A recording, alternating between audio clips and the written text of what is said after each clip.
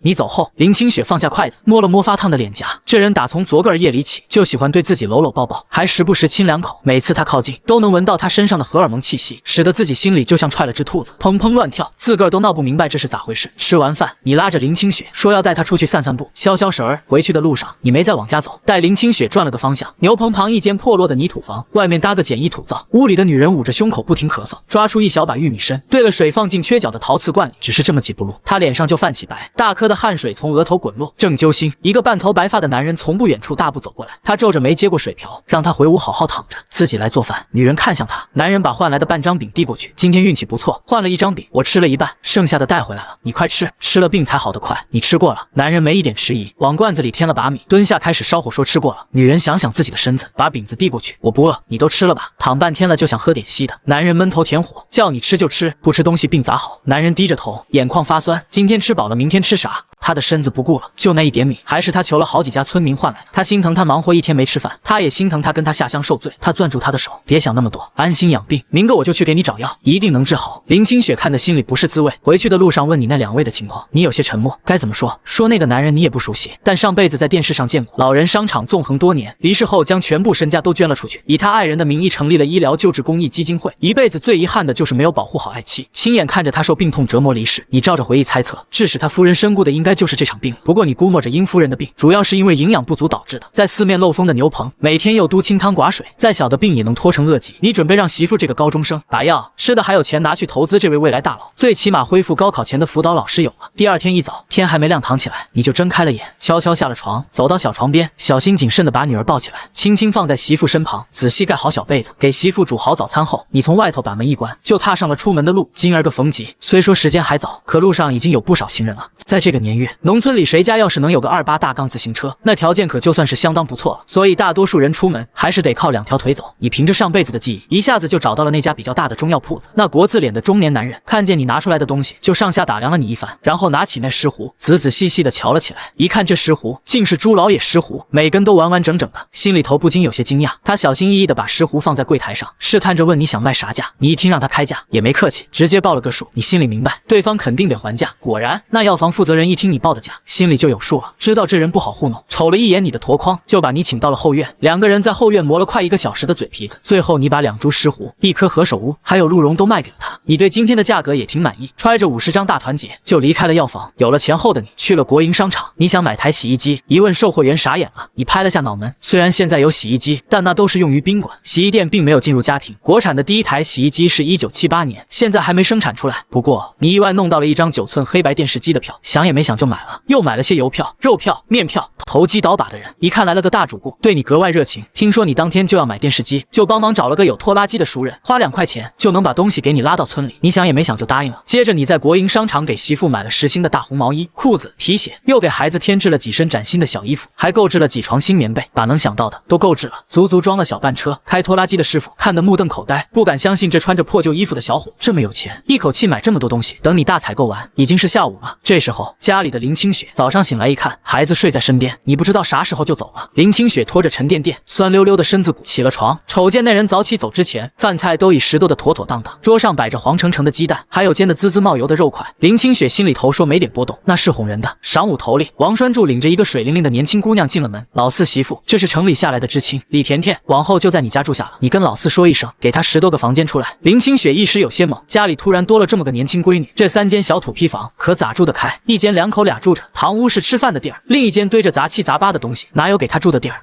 村长他不在家，我这做不了主啊。王栓柱笑得脸上的褶子都堆一块儿，冲着林清雪摆了摆手，压根不听他的话，转身对着身边的知青交代了几句，抬腿就走了。要不是看在你那小子送自己那块肉的情面上，咋可能把这么水灵的黄花大闺女往他家送？这批知青下来，林林总总加起来20好几个人，大都是些年轻力壮的小伙，就这么一个娇滴滴的小姑娘，就让自己给安排在了这里。他小2口住着，送来个小姑娘总比送来个小伙子强，毕竟晚上办事，小姑娘比小伙子方便多了，没啥好避讳的，更不担心年轻漂亮的媳妇被人惦记。被扔下的李甜甜拎着帆布挎包，打量着这3间破破烂烂的土房，心里头直犯怵。这以后的日子，怕是比其他下乡的知青都要难熬。红梅被分配的那家，看上去日子过得挺滋润的，那是一对中年夫妻，还带着3个娃，一个个都穿得光鲜亮丽的。来的路上，听他们说自己分配的这家，男人可不是个啥好东西，喝酒赌博，还动手打老婆，家里头穷得叮当响，连锅都快揭不开了。没来之前还觉得他们说的有点玄乎，可现在看来，他们说的那是一点也没掺假。就是这家女主人穿着破旧不合身的衣服，可长得那是水嫩漂亮，五官精致的跟画里走出来的一样，一点也不像是农村人。林清雪察觉到那道目光，正在细细的打量自己。她低头瞅了瞅自己，身上是打着补丁的旧衣裳，再瞅瞅眼前这位，穿着一身时髦的地雀凉裙子，白袜子配着小皮鞋，光鲜亮丽的。她假装没在意那审视的眼神，开口说道：“你先坐呗，那屋子乱糟糟的，全是些杂物，得等我当家的回来，才能给你腾出个地儿来。”说完，她转身进了屋子，拎出暖水瓶，给客人倒了碗水。李甜甜有些局促地点了点头，在院子内的板凳上坐了下来。她心里盘算着，得想尽办法，赶紧拿到回城工作的通知。这破地方，她是一天都不想多待，尤其是还住在这有个地痞无赖的家里，以后可得小心点，别让这家的地痞无赖占了便宜去。林清雪本打算中午就随便对付一口，现在来了个新知青，只能挽起袖子开始张罗做饭的事情。李甜甜想着以后都要住这儿，不能白吃白住，就洗了洗手，进厨房想帮忙。嫂子，要不我来烧锅？她说着走进厨房，却愣住了。破旧的厨房收拾的倒是干净整洁，房梁上还挂着那么大一块肉，谁说这家穷的都揭不开锅了？揭不开锅还吃得上肉，还这么大块。林清雪正低头和面，听见李甜甜的话，抬头说道：“不用你帮忙，你要是闲着没事，就帮我在院里看着孩子吧。”李甜甜听了，点点头，就出了厨房，来到小床前，看着躺在上面那白净的像瓷娃娃一样的孩子，模样讨人喜欢。她弯下腰逗弄那孩子，心里纳闷，这女主人跟自己差不多大，长得又这么白净漂亮，怎么就这么早嫁了人？她咋就能看上那么个不成器的男人？还是个地痞无赖。赖，莫非是让那无赖给逼的？没法子才嫁给了他。一想到这儿，李甜甜就一阵发怵，她越琢磨越害怕，寻思着要不要去村长家求村长给换个地儿，哪怕再穷点也行，只要那家的男人是个本分人就行。厨房里，林清雪正忙活着做饭，哪晓得外面的知青心里头正演这么一出大戏。不一会儿，一碗热腾腾的面条就出锅了。林清雪端着面条走出来，招呼道：“女同志，先来吃碗面。”李甜甜回过神来，瞅着桌上海碗里飘着油星子的面条，愣了愣神，她赶忙说道：“我叫李甜甜，嫂子你以后就叫我甜甜吧。”林清雪点了点头，没再多说啥。下午快4点的时候，拖拉机轰隆隆的进了村，按着你指的路停在了你家门口。在院子里头包着玉米的林清雪忽地听见外头有动静，赶忙放下手头的活，她站起身走到门口，正巧瞅见你从拖拉机上麻利的跳了下来，心里头直犯嘀咕，她咋就坐着这突突响的拖拉机回来了？还没等她开口问个究竟，那拖拉机的师傅就扯着嗓子喊上了：“小伙子，这么多东西，你家能搁得下吗？”说着，他就从车头绕到了车尾巴那儿，把电视机一点点往边上挪，生怕碰坏了。你一个箭步上去，就把电视机从车上扛了下来，冲着拖拉机师傅咧嘴一笑，说道：“以后地方大着呢。”站在旁边的林清雪被眼前这一幕给吓愣了，呆呆的问：“这些都是你买的？”那声音里满是不敢相信，这么多东西，还加个电视机，这得花多少钱？多少票啊？你见媳妇白净漂亮的脸上，一双眼睛直愣愣的，便走上前去，摸了摸她的脸颊，心里头明白，他这是心疼钱，可这点小钱，你压根没放在眼里，就想让媳妇以后跟着自己享福，再也不让她受一点罪。你凑到林清雪耳朵边小声嘀咕：“等会儿再跟你细说，你先站到一边去，别碰着你，我先把东西卸下来。”林清雪听了你的话，跟木偶似的挪到了一边，看着一件件东西从车上卸下来，堆得跟小山似的，她心里头那个悔啊！早知道这样，她就抱着孩子跟你一起进城了。这得花多少钱啊？她怎么这么不会过日子？哪来的钱和票？一般人家谁看得起电视机啊？光是电费都得不少钱，真败家啊！这时候，站在角落里的李甜甜怀里搂着小婴儿，眼睛直勾勾地盯着那个身材高大、肩宽腿长的年轻男人。他就是村里的地痞。他原以为你长得丑陋、粗鄙不堪，咋也没想到你竟是个五官深邃、相貌英朗的人。他长这么大，还很少见过这么俊的男人，看得他心里头扑通扑通的乱跳个不停。李甜甜这下算是明白了，林清雪这么个如花似玉的女人，咋就早早嫁了？原来这男人长得比电影里的王新刚都好看。东西卸完了，你从兜里掏出2块钱，递给了拖拉机师傅。师傅拿了钱，挥挥手，开着拖拉机就走了。你又开始往院子里搬东西，媳妇要帮忙，你还不让媳妇坐着歇着，压根就没瞧见家里还多了个陌生女人。赵振兴听着风声赶了过来，一看自己兄弟门口堆了那么多东西，都惊呆了。这懒家伙哪来的这么多钱买这么多东西？他那个穷的叮当响的家里也没啥东西可卖的，难道是卖了孩子？想到这儿，赵振兴不由得加快了步子，赶到门跟前，一眼瞅见女知青怀里的小侄女儿，心里头这才踏实下来。赵振兴啥话也没吱声，闷头帮着把物件搬进了院子，瞅着那沉甸甸的铁疙瘩，一通电就有画面和声音传出来，一群蚂蚁在上面咬架，可热闹了。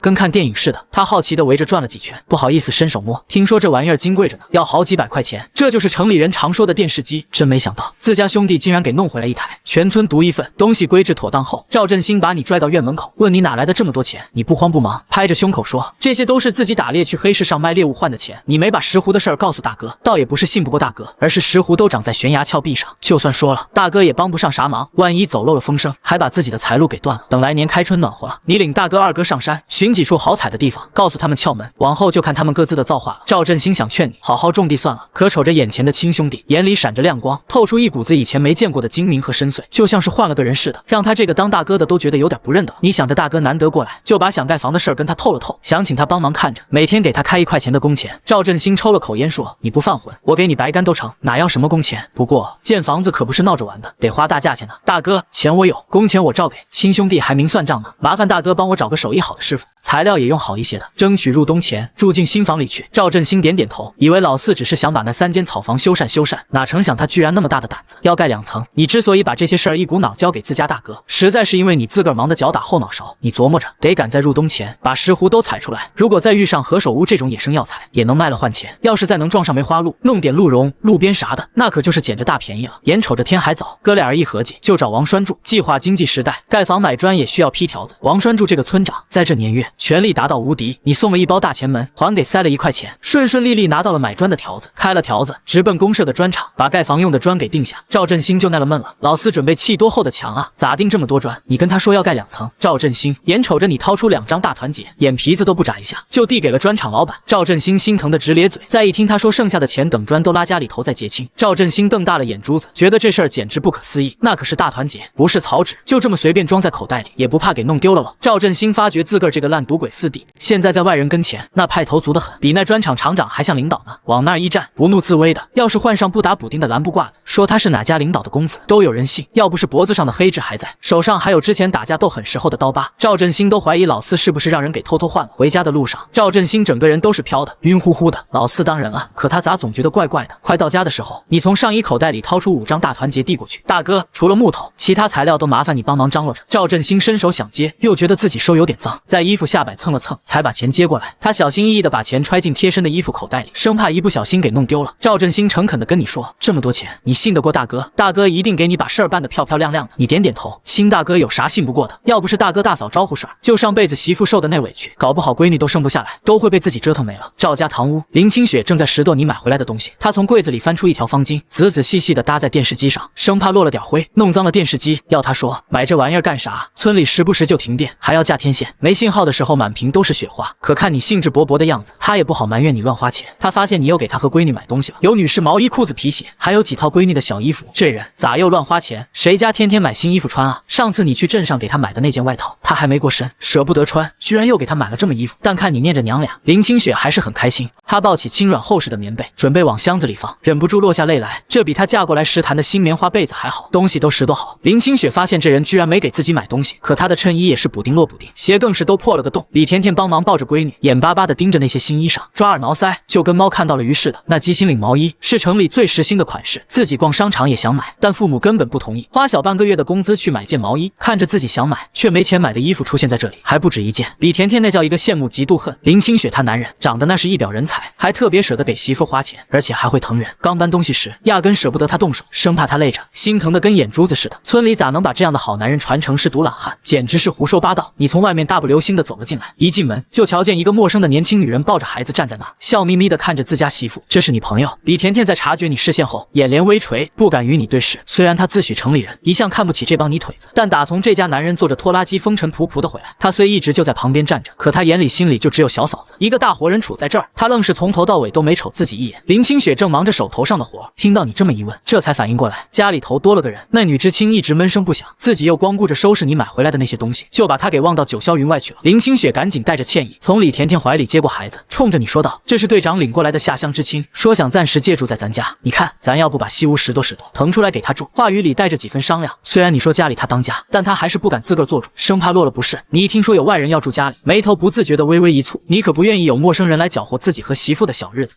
可当你瞅见媳妇期盼的眼神，到嘴边拒绝的话就怎么也说不出口了，生怕他以为自己服了他的意。你没吭声，先把媳妇拉到里屋，脱下外面的褂子，然后从暗兜里掏出卖石斛剩下的钱递给了他。接着你从林清雪怀里接过孩子，逗弄着把自己打算新建房子的事跟他说了说。林清雪从你手里接过钱，看着手里那一张张崭新的大团结，心里头有些难以置信，买了那么多东西，竟然还剩下这么多钱，2株石斛，1棵何首乌，还有那什么鹿茸，路边值这么多钱。当你说起想盖房子的念头时，林清雪赶紧把钱收好，在你那热切的目光下，小心翼翼地把钱藏了个严实，然后陷入了短暂的沉默。要是不盖房子，就凭这2回挣的钱，足够他们3口人过上好几年的丰衣足食、安安稳稳的日子。可要是真盖了房，这些钱怕是远远不够，还得欠下一屁股外债。娘家弟弟那边这2年也没少帮衬自己家，现在他们也有了孩子要养活，自己哪还好意思再开口借钱？林清雪正寻思着，你好像看透了他的心思，突然在他那白嫩的脸颊上亲了一口。媳妇，钱的事情你甭操心，有我呢，你在家就好好歇着，别累着了。脸颊上那突如其来的柔软温热触感，让林清雪的脸瞬间红了个透。他媚眼如丝的瞪了你一眼，小声提醒道：“干啥呢？外面还有人呢，也不害臊。”你脸皮厚的跟铜墙铁壁似的，你只是笑嘻嘻的看着林清雪。上辈子的你身价不菲，什么场合没去过？说着你又俯身下去，低头在林清雪那红润饱满的嘴唇上轻咬了一口。瞧着媳妇白嫩透着粉红的面颊，你的心都跟着融化了。都是当妈的人了，怎么还青涩呢？你不再逗他，转回正题说道：“明天大哥会订材料回来，万一他钱不够，问你拿的时候，你可别忘了给他。”林清雪默默点了点头，心里头却有些膈应。她想起了隔壁邻居说的大哥和二嫂的事儿，再看到大哥，心里头就不得劲儿。你眼尖，瞧出了媳妇脸色不对，凑近他，贴在他脸颊上问：“咋了，媳妇？有啥事儿别憋在心里头。”林清雪想了想，还是摇了摇头，啥也没说。你见媳妇不想说，也就没再追问。那边李甜甜站在堂屋里，隐约听到林清雪提醒说外面还有人的话，脸蛋红的跟猴屁股似的。她放轻脚步，走到院子中间，呼吸着新鲜空气，鬼使神差地停下了去找队长换住处的脚步。这家男主人似乎并不像外头村民传的那般不堪。方才小嫂子整理物件时，他抱着孩子就站在那儿，瞧得一清二楚。那些物件里大都是家里用的，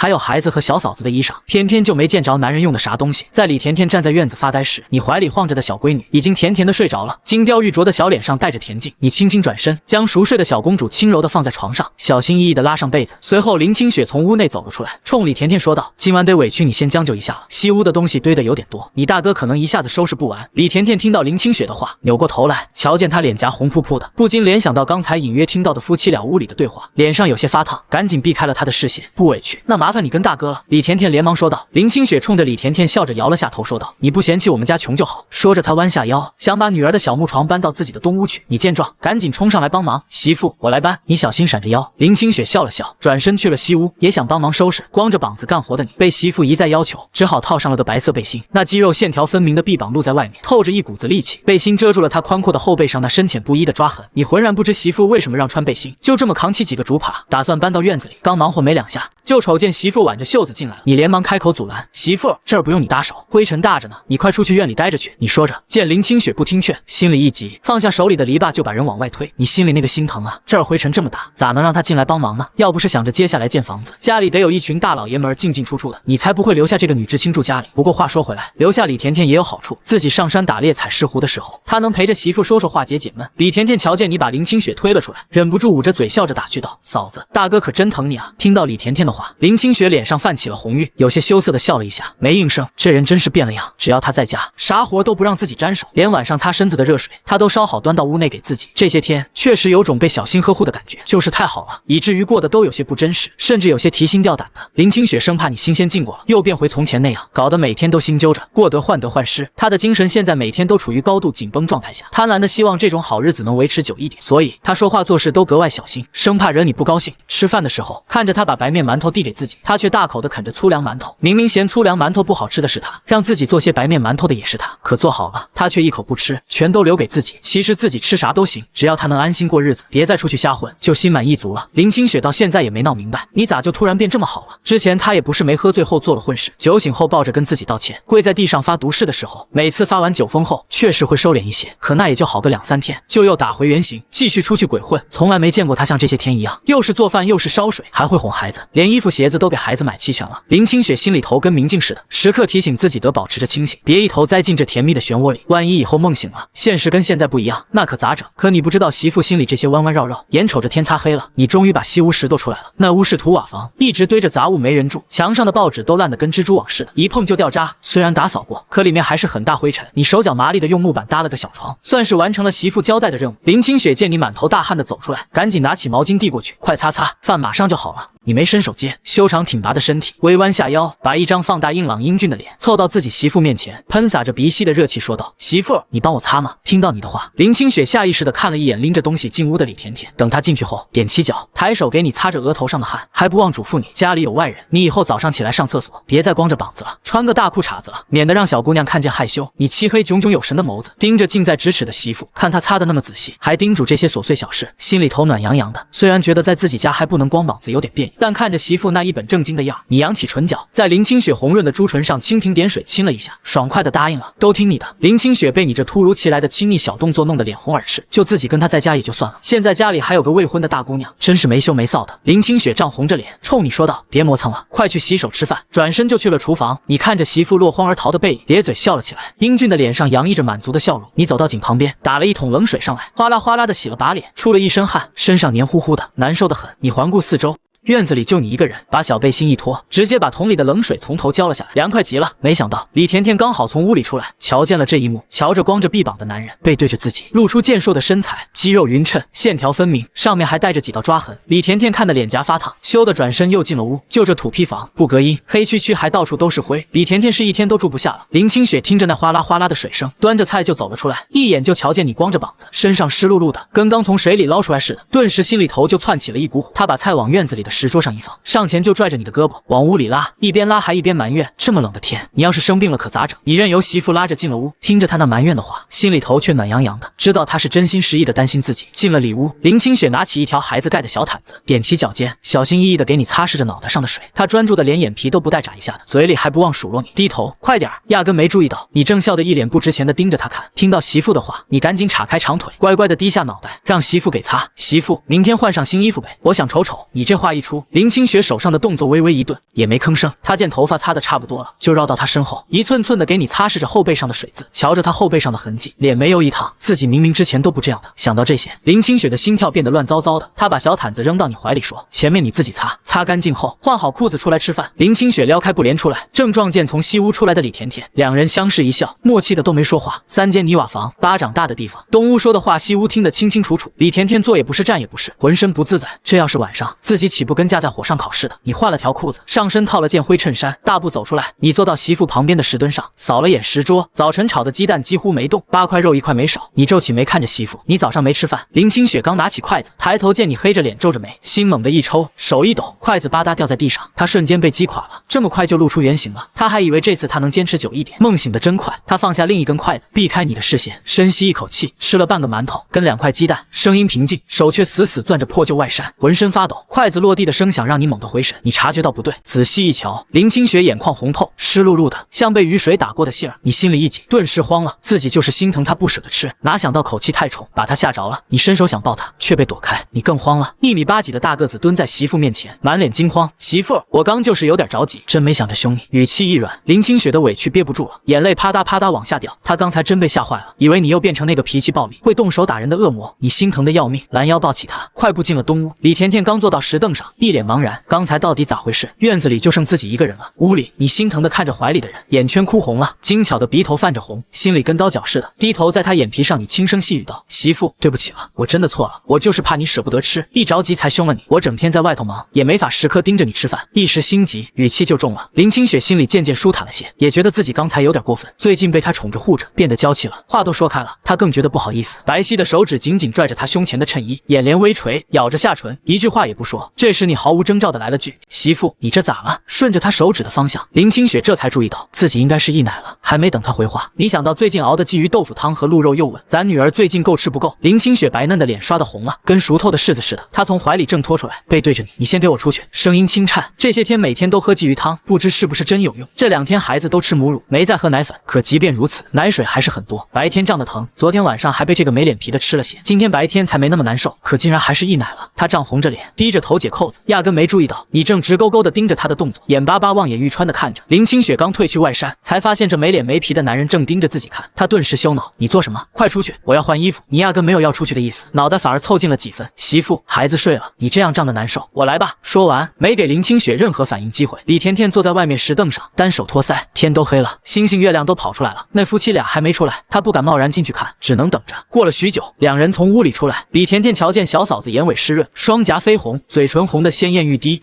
是被哄好了吧？林清雪见李甜甜盯着自己，想到刚才的事，脸烫得厉害，坐下来，拿起筷子递给李甜甜：“吃饭吧。”又拿一双筷子递给身边的男人。你落座后，全程没分给李甜甜一个余光。你拿个细面馒头放到媳妇手里，自己拿个粗粮馒头大口啃起来，心里琢磨着抽空去趟水库，弄几条鲫鱼给媳妇补补。林清雪哪知道男人想什么，她担心李甜甜不自在，递了个细面馒头过去：“吃吧，别客气，把这儿当自己家。”李甜甜咬了一小口，心里犯嘀咕：这个家到底是穷还是富？说穷吧，吃细面馒头，菜是炒鸡蛋和肉，这条件成立也不逊色。早晨队长家吃的可是黑窝窝头配腌萝卜。说富吧，住的是3间土坯房，除了今天买的电视机，连件像样家具都没有。自己睡的那张床就是几块木板随便搭的，他铺床时都怕夜里翻身床塌了。哦对，白天听他跟拖拉机师傅说要盖房子，那这老房子岂不是要拆了？到时候连住的地方都没有，那他为什么还要留下自己？看得出来，这个大哥眼里除了小嫂子容不下任何人。他明明不喜欢自己住这儿，正胡思乱想，屋里传来孩子哭声。下一秒，你起身让林清雪接着吃，自己大步进了屋，打开灯，抱出小床上醒来的女儿。林清雪放下筷子，伸手要接，你避开了，你先吃，我还不饿，等会儿再吃。林清雪自然知道他是想让自己先吃才说不饿，从外面回来又忙着清理杂物，怎么可能不饿？但他没戳穿，拿起筷子继续吃。李甜甜垂着眼眸小口啃馒头，余光偷偷打量这夫妻俩的相处模式，不自觉跟家里对比。自己2个哥上工回来几乎不碰孩子，孩子哭闹都是嫂子们先哄，一手抱孩子一手艰难吃饭，可眼前这位大哥抱着孩子在院里来回走动哄着，他觉得不可思议。林清雪快速吃完饭，从男人怀里接过孩子回了屋。他一离开，李甜甜偷偷偷抬眼看了看对面的年轻男人，只见他大口啃馒头加鸡蛋吃，英俊的脸上没有一丝表情，透着冷漠疏离。这跟小嫂子在时完全是两副面孔。李甜甜看得有些瘆得慌，坐立难安，磕磕绊绊地说：“大哥，我吃饱了。”他收拾碗筷端进厨房，利索洗完就回了西屋，没敢再出来。天完全黑了，你独自坐在院里，吃掉剩下的4个粗粮馒头，喝完面汤才算饱。随后你又烧了锅热水，端着水盆回屋。媳妇，你记得擦擦身子，我去上个厕所。你把水盆放支架上，走了出去。林清雪关上门，脱了衣服，用热水洗澡。洗完刚穿好衣服，隐约听到房后有动静，她以为是自己听错了。下一秒，外面传来男人声音：“好妹妹，你是不是在洗澡？”林清雪浑身汗毛直立，大声尖叫。屋外的你刚提上裤腰带，听到尖叫迅速走出来，迎面接住扑进怀里的人，紧紧搂着垂眸问：“怎么了？”林清雪双臂紧搂他的腰，身子站立。房后刚才有人。你抬起漆黑的眸子朝院墙外看去，果然看到一个人头匆匆跑远。刹那间，深邃的眸子染上渗人的愠怒。你收回视线，看着怀里只穿贴身衣物的人，拦腰抱起放到床上，从卧室出来，冲站在西屋门口的李甜甜交代：“你帮我看着他，我出去一趟。”你没再多说，迈着大长腿走出院子，修长挺拔的身影消失在黑夜中。村东头二赖子家里，隔壁邻居听着二赖子凄惨的哀叫，还有拳头打在身上的闷响，听得心肝打颤。他们都知道你是个魂不吝，骨子里是个狠人，不清楚二赖子怎么招惹到你。听着动静，你是下了狠手，真怕人被活活打死。四哥，我错了，我是去看知青李甜甜的，但我真的啥也没看见。听见二赖子求饶，你直接把他下巴卸了，胡说八道什么？你不是馋肉了，去吃肉吗？四哥，我错了。二赖子连爬起来跪下的力气都没了，真怕被你打死。有那么一瞬间，你真想废了他，可想想林清雪和女儿，下手没那么狠了。林清雪躺在床上，不知过了多久，听到院里哗啦啦的水声，才知道你回来了，在洗冷水澡。过了10几分钟，听到开门关门声，黑暗中你以为他睡着了，放轻脚步进屋，正想摸黑上床，床上传来声音：“你回来了。”林清雪伸手拉开灯，屋内亮了，你停下动作，见床上的人单手撑着脑袋，乌黑秀发散落在雪白肩颈，你眸光沉了沉，迈腿上床，抬手关掉灯。黑暗中，你揽住他没一丝赘肉的腰，拍着他的背：“没事啦，媳妇，睡吧。”你没回来前他不敢睡，怕你下手没轻重把人打死，又怕村里人说闲话，他吓坏了，像小猫一样缩在你怀里，脸颊贴着他结实炽热的胸膛，听着强而有力的心跳，慢慢止住呜咽。他不敢大声哭，怕吵醒女儿。看着这样的媳妇，你只觉得自己打轻了。本以为以自己的恶名，村里小混混不敢，没想到还有人敢动歪心思。不过今天之后，那些动了心思的人该消停了。看着男人脸上带着疲倦，想着他这段时间早出晚归，挖石斛售卖，把钱拿给自己，保护自己，哄自己，他是真的改了。黑暗中，林清雪哭累了，迷迷糊糊睡着。你听着身边人均匀的呼吸声，才松了一口气。次日，林清雪在睡梦中被屋外的说话声吵醒。院子里，赵大嫂把烧好的水加了一大把白糖，给干活的人挨个倒水。这年头糖是稀罕物，平时谁家也不舍得买。曹凤杰喝了一碗糖水，凑到赵大嫂跟前小声问：“大嫂，昨天怎么好像听见你家弟媳妇在家嚷嚷？”赵大嫂放下水壶，瞧着一脸八卦的曹凤杰：“哟，你家里小四家2里地呢，你都听见了？咋的？你晚上闲着没事干，蹲人家小两口窗户底下听墙角呢？”曹凤杰笑了笑没应声，想到昨天夜里听说你把东头的二赖子打得半死不活，还断了一条腿，赶巧这城里媳妇不消停，估摸着应该是这个媳妇背着你偷人了。他压不住想跟人说道。赵大嫂懒得搭理他，拎着水壶给其他人倒水，来到你身旁，给你使了个眼色，小声说：“你去看看清雪，以往这个时候她早就醒了，可别给吓生病了。”正在搬砖的你停下手上的活，早上起来时她确实还在睡，眼下都10点了。你撩开帘子进了卧室，在你开门进来时，林清雪就醒了。你下意识将人揽入怀中，侧脸对怀里人说：“醒了就先把衣服换好，一会儿我把饭端进来给你吃。”嗓音带着几分暗哑。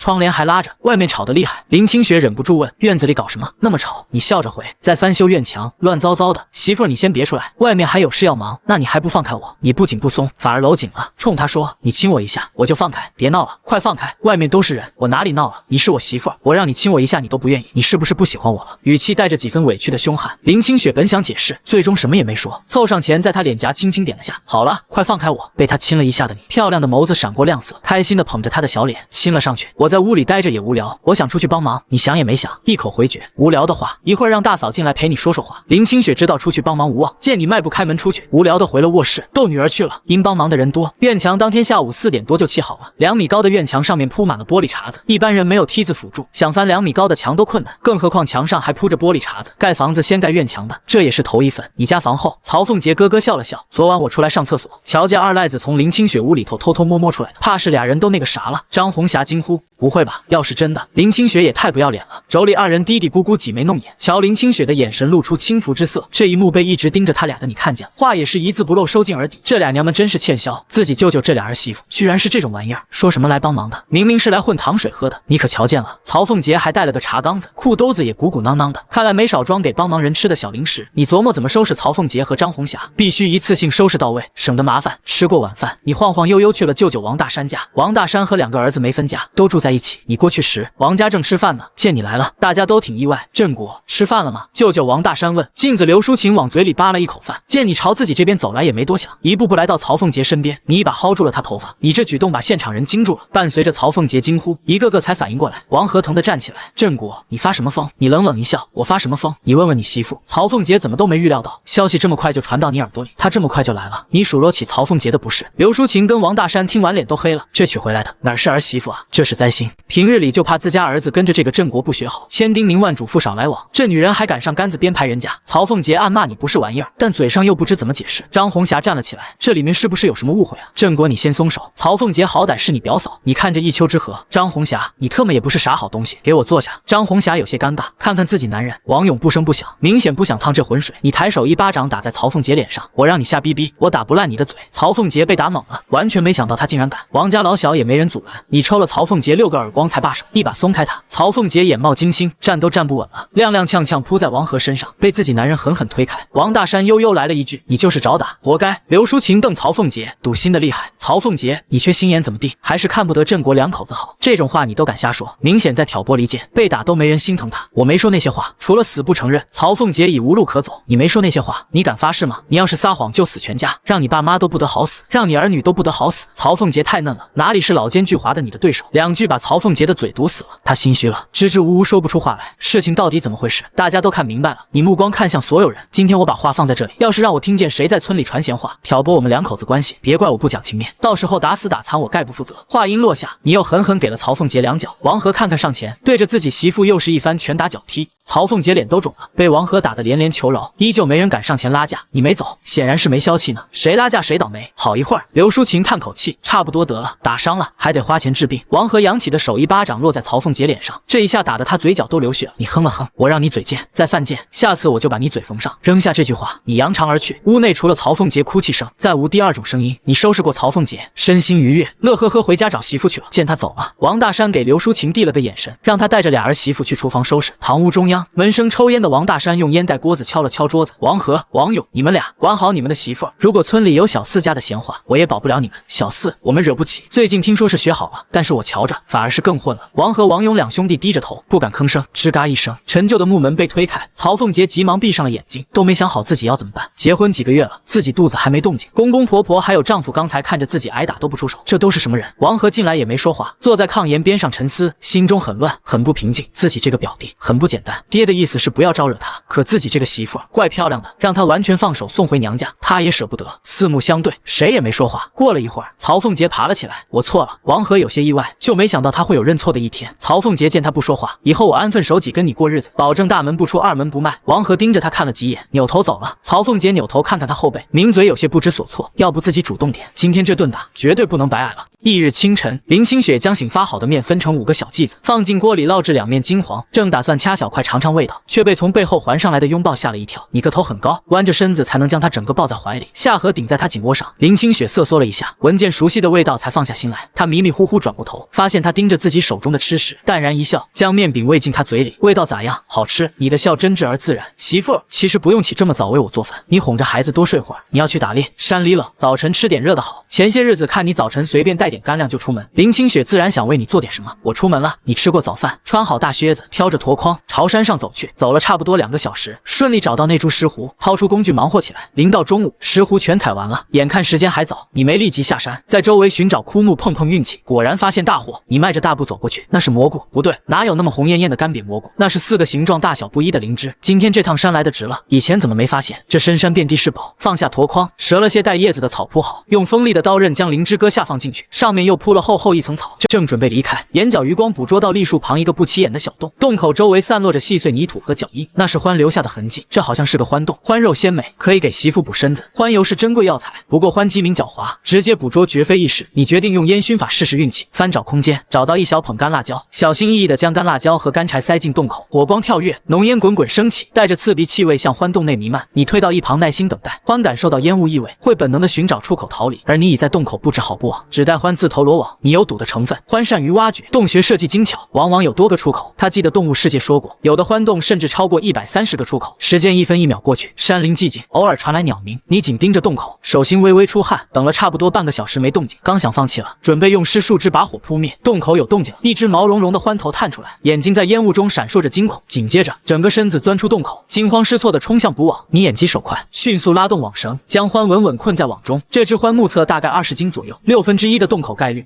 能抓到这么一只，你已非常满意。从空间取水，确保火完全熄灭后，你才掉头下山。而这时家里一些村民知道你买了电视机，好奇的纷纷上门，想看看城里人说的电视机长什么样。一天下来，你家热闹非凡，人流来一波走一波。期间有些村民看到赵振兴让人送来一堆建筑材料，询问得知你要建房子后，纷纷露出惊讶表情，说什么的都有，都觉得你这房子盖不起来，觉得你没那么多钱，更背后偷偷议论你不会过日子，花那么多钱买个铁盒子没啥用，浪费钱还浪费电。林清雪光应付来看电视的村民就累得够呛，她觉得今天家里比结婚时都热闹，刚准备坐下休息，就看到你挑着箩筐回来了，眼里顿时有了光，抱着孩子迎过去。今天怎么这么早？说话间看到你竹篓里塞着草叶子，这几次下来，光看他竹篓里装的草，就猜到里面有东西，多少有些纳闷，他运气怎么会这么好？也石斛这种东西可遇不可求，他次次上山回来都能带回来。林清雪穿着崭新红毛衣，衬托的皮肤更加细致白嫩，一度让他看晃了眼。到他跟前后，你弯腰低头想朝他脸颊亲去，被他涨红着脸躲开。林清雪觉这人没个正形，大白天动不动就要亲自己。甜甜跟大嫂都在呢，你这才注意到屋内还有几个村民，疑惑地看向媳妇。林清雪看出你的疑问，开口解释，乡亲们都想看看电视机长啥样，好在大嫂过来了，帮着应付。你点点头，想接过她怀里的孩子，低头看到自己衣服有些脏，就把箩筐拎进厨房，冲着跟进来的媳妇弯腰在她耳侧小声嘱咐了几句。林清雪看了下箩筐，点头应知道了，虽然不知道他弄了多少东西回来，竟然明天一早还要去城里，但也没多过问，家里还有那么多外人呢，他居然都敢凑这么近。近在咫尺的这家伙最近变化太大了，察觉到媳妇在偷偷打量自己，你笑得嘴咧到耳朵根，吧唧吧唧在媳妇巴掌大的脸颊各亲一口。媳妇今天好好吃饭没有？人说着话手也不老实，在他腰上抹撒着，咋能这么细？估计连1尺6都没有。媳妇，我不在家监督你，你也要好好吃饭，太瘦了。被你卡住腰抱着孩子的林清雪嗔怪地瞪着你，刚想说他不分场合胡闹，就听到大嫂在外面喊，既然老四回来了，青青，那我就回去了，老赵下地快回来了。说着就往外走。林清雪赶紧叫住大嫂，嫂子等一下，把闺女交给你。自己出了厨房进东屋，拎着一袋冰糖出来，塞到大嫂手里，她生怕这期间你发话不让她送。冰糖是稀罕东西，她舍不得吃，但要不是大嫂帮衬，娘俩之前的日子还要更难。大嫂今天听说有很多村民来看热闹，连花也不放了，要不是大嫂来了，这么多人自己哪能招呼过来？以前家里穷，总占大嫂便宜，现在宽裕了，也想报答下大嫂，哪怕是妯娌也不能总占人家便宜。大嫂，这是郑国买的，你拿回去给娃娃他们吃。大嫂看着手里那小半斤冰糖傻眼，赶紧把东西推过来。不行，你留着给妞妞吃啊，糖水是招待尊贵客人的，一般人家哪喝得起这个？谁家新媳妇回门要是能带这东西，那娘家人面上可太有光了。俩人抢夺了好几个来回，眼瞅着袋子都要破了，大嫂才不好意思的接过冰糖转身回家。林清雪怕自己擅作主张你会怪罪，搓着衣角结结巴巴解释，郑国多亏了咱嫂子来帮忙，那会儿人太多了，把我忙得晕头转向，差点就忘了要吃饭，我把冰糖给嫂子，你别生气，也千万别犯浑，再去要回来。看着媳妇战战兢兢的小模样，你感觉有一只手攥着自己的心脏，心都要碎了。媳妇还是信不过自己，总怕哪句话说不对了，自己打在骂他，自己还真是自作孽不可活。你不说话，林清雪更惶恐了，像做错了事一般低着头嘟囔，郑国，我再也不敢了，你别生气。你一手揽着闺女，另一只手把媳妇也揽进怀里，有些话你需要跟媳妇讲透，误会这东西千万不能隔夜，否则会越积越多，两口子过日子最忌讳不好好说话，不沟通就全完了。你拍着媳妇的背，下巴蹭着她的头发，用非常温和的语气说，媳妇啊，我都说了咱家你当家做主，钱你管着，想干啥就干啥，你说了算，一包糖而已，你想吃咱们明天再买，你不用那么在意我的态度，对于你的任何决定我都无条件支持。初听这话，林清雪还以为你在跟自己赌气，可你说了一遍又一遍，不似作为，林清雪这才敢信。天知道她刚才大气都不敢喘，生怕这人翻脸。看媳妇呼吸慢慢平稳，你才放下心来。看来以后每天晚上都要跟媳妇谈谈心，想带媳妇去城里散散心，但知道媳妇肯定不乐意，怕进城一扭脸自己就把闺女给卖了。可你觉得这会儿带媳妇出去散散心比较好？媳妇，要不要跟我去山脚下溜溜？我打支鹌鹑给你打牙祭。林清雪有点想去，也不是嘴馋想吃鹌鹑，就是最近这人也不让自己下地挣工分了，让自己在家调理身体，带好娃就行。她生完娃第2天就下地干活了，那时候她不心疼自己。气，现在反倒心疼上了，也不知道他给了王栓柱啥好处。家里俩劳力都不下地，王栓柱也不来催，看媳妇明显动了心思，却还在犹豫，目光在院子里那些人身上犹豫不定，知道媳妇是担心他们出去了，家里的东西不安全。你哈哈一笑，没事，你等一下。说完抱着孩子出了厨房，也不知道他咋跟人家说的，堂屋的人全出来了，你连李甜甜也赶了出来。李甜甜其实挺想跟着这一家3口去山脚下看看，听说山上有老虎，他们这群知青都不敢靠近，可瞅着人家并不欢迎自己，只能在村里瞎转悠。路上你发现媳妇时不时瞅自己，欲言又止，停下脚步，满脸期待的看着他。林清雪鼓足勇气说：“振国，明天我能不能回娘家一趟？结婚这么久，身边的男人总算有了人样，知道挣钱贴补家用，照顾妻女了。林清雪想回趟娘家，安安母亲的心，让她不用再发愁自己嫁得不好了。你以为媳妇做了那么久的心理建设，有多大的事要说？结果就这，你单手抱着女儿，那只手牵着媳妇。明天我跟你一起回娘家，你在家等着我。算起来，你可没少从丈母娘那里搞钱。明天进城把手上的石斛、何首乌还有一些鹿肉卖了，应该够还钱了。再顺便给丈母娘买点礼物。”林清雪压根都想不到这人居然会这么说。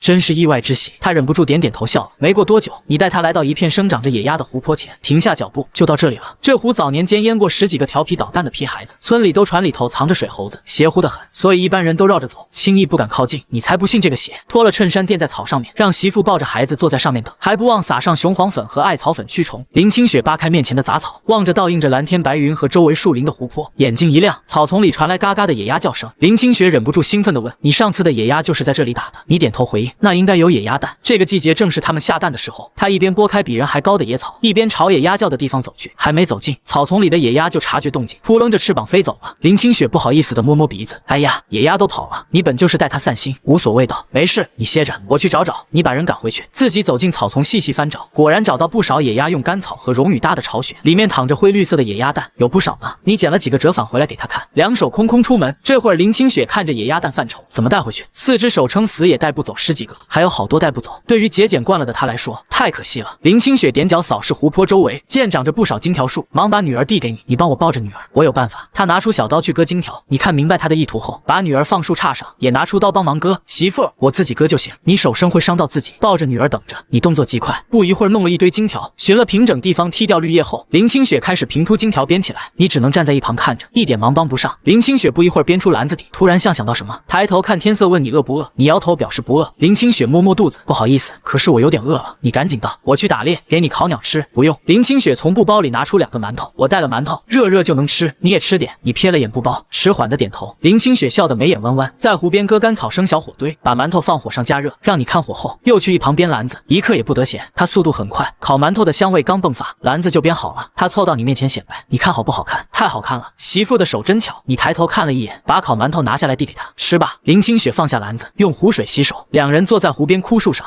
就着山风和秋阳，一口口吃烤馒头。你吃完后起身，拾起篮子，独自进草丛捡野鸭蛋。这山林常年无人造访，野鸭少了许多天敌，繁殖得很好。就林清雪吃饭这会儿功夫，你就捡了1篮子，看样子还能再捡2篮子。林清雪得了1篮子，也不贪多，有这些就够了。你在这里等一等，我往深处去，看能不能打到别的猎物。你一头扎进丛林，林清雪抱着孩子，目光盯着远处树丛里的男人，时不时见他冒出脑袋，趴在地上小心移动。他在草丛匍匐时，他的心也跟着提起，这么深的草会不会有蛇？万一他被蛇咬了怎么办？越想越后悔，等待变得漫长，人也焦虑起来。在他冒头时，他冲树丛里焦急喊：“你快上来，我不吃鹌鹑了，距离太远。”你压根没听见，又一头扎入树丛。林清雪更加坐立不安，抱着孩子弯腰捡起地上的衬衣拽在手里，站在山脚下紧紧盯着远处。鹰带着媳妇且只在山脚下，你没用猎枪，而是用弹弓，这不是寻常货色，骨架由钢筋茶烧热弯曲而成，经过无数次打磨调试，弓弦用上等牛皮筋特制，握在手里沉甸甸的。你眼神锐利如鹰，紧盯着天空搜寻目标。终于在夕阳最后一抹余晖中，一只大雁缓缓飞入视线，扇着翅膀，似乎正急着归巢。就你了。你深吸一口气，稳住心神，缓缓举起弹弓。弹弓射程有限，大雁飞得很高，但你自有办法。起手一个3连射，第1颗石头飞向空中，第2颗紧随其后撞上第1颗，第3颗立刻撞上前2颗，带着破空之声直追那即将消失在天际的身影。最终，第1颗石头在后2颗冲击下，精准击中大雁翅膀，大雁身体猛地一颤，失去平衡，在空中盘旋后无力坠落。你心中涌起难以言喻的激动与自豪。他紧握弹弓，目光跟随着大雁下落，直到它稳稳落在不远处草地上。等你拎着大雁往下走时，瞧见媳妇抱着孩子匆匆往山上走。看到这里，心都提到嗓子眼了。山路非常滑，你连忙开口制止，危危险，别往上走！”突如其来的声音吓得林清雪连忙止步，声音带着轻颤冲你喊：“你快下来！我不吃鹌鹑了，再也不吃了！你赶紧下来！”说到后面，眼眶都红了。他守在草丛里，看着山上许久没动静，天知道那一刻他有多害怕，怕这人山里有个意外，自己可怎么办？压根不敢想象。你也察觉到媳妇不对劲，哪里还有心情打猎？连忙应声：“我这就出来，你站在那里别动。”说着赶紧下到山脚，你拎着大雁阔步来到媳妇面前，盯着她通红的眼眶问：“怎么了？是不是冷？走，咱们回家。”林清雪什么也没说，转身抱着孩子走在前面，不安害怕的心久久无法平复。你压根没搞明白，媳妇咋突然就不高兴了？出门时还好好的，就这么一会儿功夫，人就变了脸。你好几次想开口搭话，想把外衫和裤子要回来，可瞅见媳妇拉着脸抱着孩子，连正眼都不瞧自己一下，没法子，你只能光着上半身，穿着大裤衩，手里拎着大雁和一篮子鸭蛋，跟在媳妇后头。路过李老汉家门口，李老汉正蹲在门槛上抽旱烟，瞅见赵老四媳妇抱着孩子走前头，手里还拽着老四的衣服。再看老四1米8几的大个子跟在媳妇后头，低眉顺眼的，蔫的跟霜打的茄子似的。以前咋就没发现？外头横得跟螃蟹似的赵老四，在媳妇面前竟然这么怂。小夫妻俩走到跟前，李老汉忍不住打趣：“哟，老四这是咋了？被媳妇训了？”你伸长脖子瞅了一眼媳妇，没见着他脸色，就瞅见白皙脖梗露了一截，赶紧收回视线，冲着李老汉笑了笑，愣是一句话没敢说。两人一前一后回了家门口，你把手上的大雁往地上一撂，抢先走上前去开院门。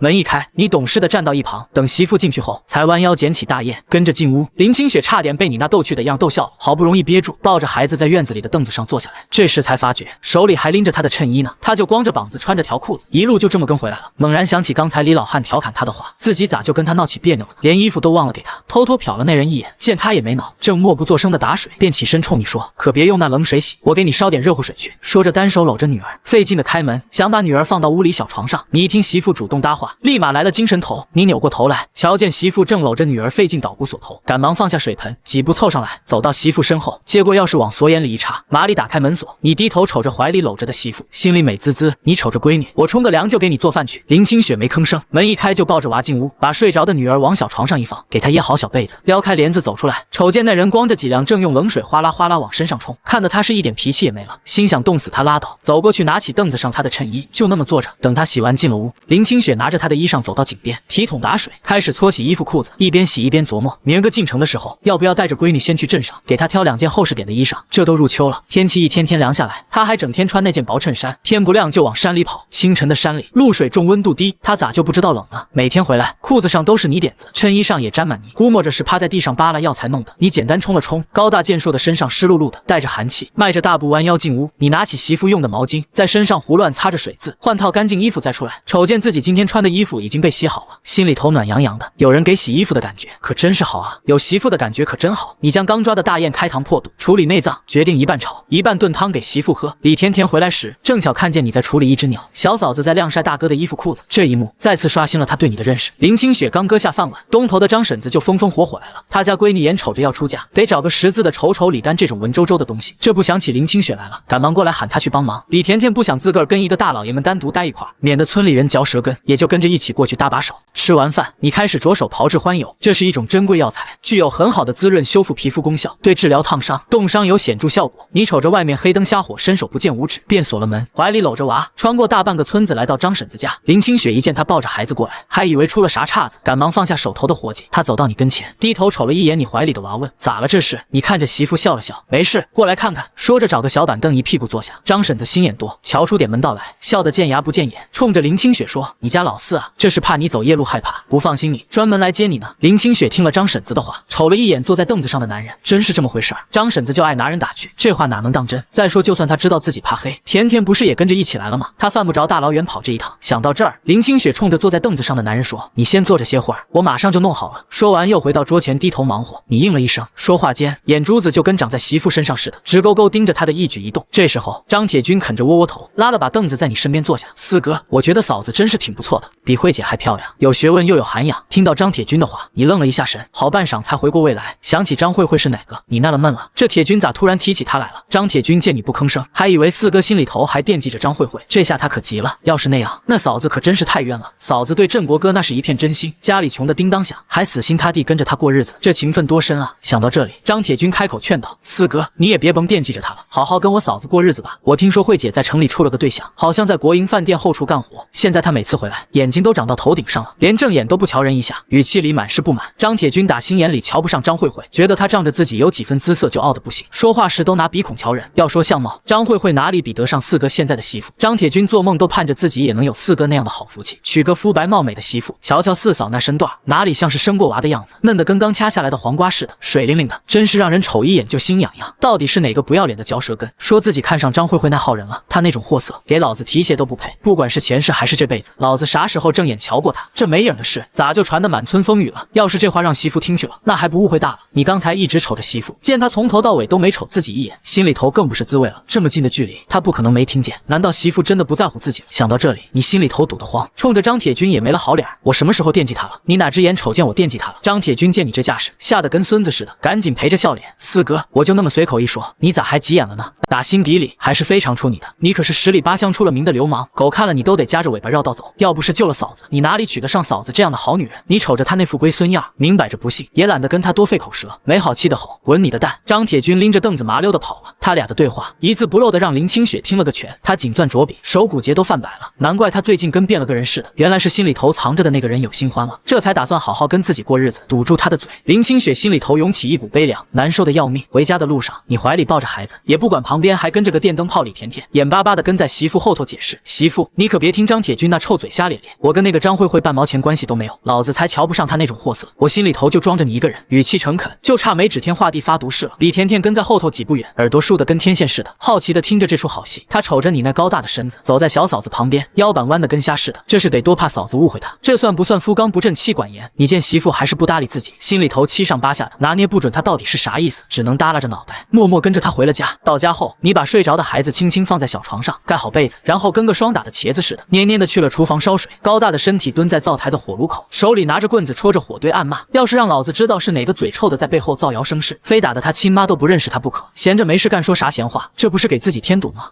这会儿，林清雪正坐在东屋的凳子上，一针一线的给女儿缝制冬天穿的棉袄。没多大会儿功夫，你就端着冒着热气的水盆，大步流星的走了进来。你弯下腰，把水盆轻轻放在媳妇脚边上，然后蹲下身子，大手就握住了那纤细的脚踝，另一只手做事要脱她的鞋子。这一举动让林清雪停下了手里的针线活，她抬眼看向蹲在面前的男人，问：“你干啥呢？”说着就想抽回脚踝，可她手上的力气大得很，她压根挣脱不开。粗粝热燥的掌心摩擦着脚踝上的皮肤，弄得有些痒痒的。以前还能摸透她脾性，现在反而有些捉摸不透她到底在想什么了。低着头的你没停下手中的动作，将媳妇脚上的布鞋脱了下来，闷声道：“媳妇，你累了一天了，给你泡泡脚，缓解一下疲劳。”见挣脱不开，林清雪索性放弃了挣扎，眼眸微垂，静静地看着面前的男人，任他脱掉脚上的鞋子，在双脚被按入适中温度的热水盆后，心里也热乎起来。这些天你的变化太大了，尤其是现在，你竟然还会主动帮自己洗脚。若是放在以前，做梦都不敢想的事情，竟然真的发生了。自己怀孕挺着大肚子那么不方便的时候，也没见他这样，心里也滋生出了贪念，沉溺在他带给自己的这些温柔呵护。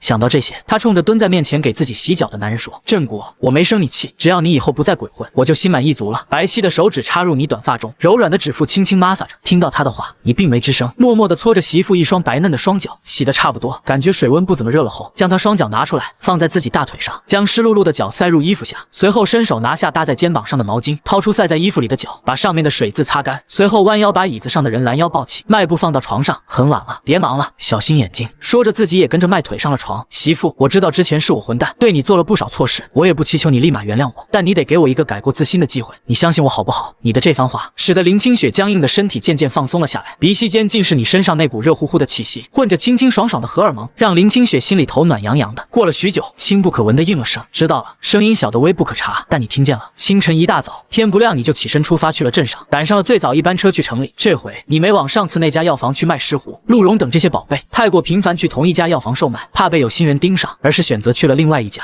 药房负责人在看到你要卖的东西后，可以确定你就是最近出手过大货的年轻人，笑脸相迎的把人领进去了一个单间，仔细瞧了一番你带来的东西，没什么问题。虽然不知道你怎么会频频有货源，但听说过你，所以并没有压价。你也没想到这事这么顺当，数了数手里头那厚厚一沓的大团结，确认金额无误后，往兜里空间里一揣，就去了国营商场。进去准备给丈母娘挑选一些补品，却意外碰见了上辈子人生中的一个大贵人王书记。只是不知道他怎么会出现在这个小县城，看着还非常年轻，风华正茂的他，勾起了上辈子的一些往事，用不了了10年，这人就会进入 S 市，被提拔做了一把手。你本想上去打招呼，可这一世两人还没见过面，彼此都不认识，贸然上去打招呼显得很奇怪。想了想，还是算了。如果有缘分，跟他在 S 市还会再见的，毕竟往后发展，自己还会选择 S 市，那里是你上辈子生活了几十年的地界。你挑好东西，拎着准备离开时，听到王书记那边闹哄哄的，周围也围了一圈人在看热闹。你顿住脚步，调转方向，朝着那边走了过去。柜台的女服务员拽着穿黄褂子的王新军袖子，大声嚷嚷着：“嘿，我说你这人咋这么不讲究？弄坏了东西照价赔偿，不赔就想走。”王新军刚才转身的时候，衣服勾到了柜台，里面一块梅花手表摔在地上，坏了。他是个读书人，看着柜台服务员如此蛮横的架势，涨红着脸解释：“这位女同志，你误会了，我没想跑，我身上的钱不够，车就在外面，我出去拿了钱给你送过来，这是我工作证件，先压在你这里。”柜台服务员接过他证件看了一眼，一脸鄙夷：“你弄个假证件在这里糊弄谁呢？你出了这个大门，跑了我找谁说理去？你是想让我自己赔吗？”说着把证件随手扔在地上，你弯腰捡起地上的工作证，交给了王新军，目光看向女柜员问：“多少钱？我帮他给。”女柜员上下打量了你一番，笑的那叫一个轻蔑。知道这是多少钱吗？这乡巴佬上下嘴皮子一碰，就敢瞎胡说，一共127块5毛，拿钱吧。说着伸出手，你二话没说，从口袋里掏出一叠大团结递给女柜员：“你找钱吧。”看着手里的钱，女柜员带着惊讶错愕，反复数了数，点了点头说：“好嘞，同志你稍等。”周围的人见没热闹可看，发出一阵嘘声，轰然散了。王新军推了推鼻梁上的眼镜，目光看着面前比自己高一头的男人。刚才那么多人围观，没有一个人愿意帮自己说句话，可这人二话不说就帮自己解了围。看他穿着也不像是个有钱的，这笔钱对他来说肯定不是小数目。想到这里，王新军心中对这个陌生人不胜感激，世上还是好人多啊。刚才真的谢谢你帮我解围，我车上有钱，车就停在外面，麻烦你跟我一起去取吧。你点了点头，跟着王新军一起走出来，果然看见路边停了一辆黑色小轿车。这个年代就开上小轿车了，看来之前传他背景深厚是真的。王新军打开车门，从车上拿出包，数出钱递给你：“小兄弟，再次谢谢你。你去哪里？我送你吧。”你接过钱，连数都没数就往兜里一揣，想着身上带着这么多东西，坐班车确实没坐他车方便，倒也没跟他客气，那就麻烦你了。接着把自己家地址报给了王新军，然后坐上了副驾驶。途中，两个平日里完全没有交集的人聊着天，完全没有话不投机，相反像是多年不见的老熟人似的，聊得非常投缘。王新军原本还以为这个年轻人就是个普通人，可聊天中发现压根不是那回事。这人看起来深不可测，年纪轻轻却拥有着这个年龄本不该有的沉稳，总觉得这人并非自己表面看起来那么简单，不禁升起一个想法，或许这人以后说不定能成大器。车子开到院子门口，你探身从车里迈腿下了车，然后将给丈母娘买的补品从后备箱拿了下来，弯腰冲着车内的王新军道了谢。王新军扬起笑容应了一声：“没事，兄弟，我们有缘再见。”说着看了一眼你身后的破土坯房子，然后掉了个头，驱车离开了。你拎着东西进了屋，一眼就瞧见媳妇手里正拿着一件男人的外套。你走上前，把拎着的东西放在桌上，瞅见自己媳妇想把衣裳往身后藏，眼疾手快，一把从他手里夺过那件蓝褂子，咧嘴笑着问：“媳妇，这给我买的。”说着就把外套往身上一套。林清雪见你把外套穿在身上，领子没弄好，下意识走上前，踮起脚尖，抬起胳膊，伸手给你整了整领子。整好之后，往后退了几步，上下打量了一番，肩宽大小都合适的很，就跟量身定做的一样。犹豫了一下，开口解释：“我看天凉了，就带着闺女去镇上给你买了件新褂子。”你一听，再瞅见他眼神躲躲闪闪的，心里头明白他不自信，担心这担心那的，心里头那叫一个乐呵。他能给自己主动买衣服，这可是头一遭。你迈开步子，伸手把他人带入怀中：“谢谢你啊，媳妇，这衣服我很喜欢。”说话间，这才发现屋内还有个大电灯泡，李甜甜怀里抱着孩子，俩眼珠子瞪得跟俩铜铃似的，瞧着你亲小嫂子的时候，整个人都惊呆了。自己这么大个人处在屋里头，你该不会又没瞅见吧？眼下自己刚看了不该看的，会不会长针眼？自己啥时候能回城亲自己的亲哥哥？走神儿时，他涨红着脸，挤出一抹假笑，抱着孩子匆匆进了自己住的西屋。林清雪被你亲得气息不稳，软绵绵的靠在他结实的胸膛，听着你强而有力的心跳声，开口软软问了句：“吃饭没？饿不饿？我给你做饭。”你揽着媳妇进了睡觉的东屋，随后把她按坐在凳子上，将贴身放着的布袋拿了出来：“这个你收起来放好。”林清雪抬眼瞅了瞅男人，收回视线，打开还带着体温的布袋子，当看到里面装的都是大团结后，连忙紧捂住那布袋子，慌忙看了一眼门口，确定不连门外头没人，这才起身压低音量问：“咋这么多哩？”声音中带着一丝害怕。你拿回来的钱一回比一回多，心里头既是欢喜又是害怕，真怕你背地里头干了啥不好的勾当。瞅着媳妇可爱的模样，你忍不住笑了起来，这才哪儿到哪儿，以后的钱只会更多。你轻叹了口气，如今的幸福就跟做梦似的。你蹲在媳妇面前，与她四目相对。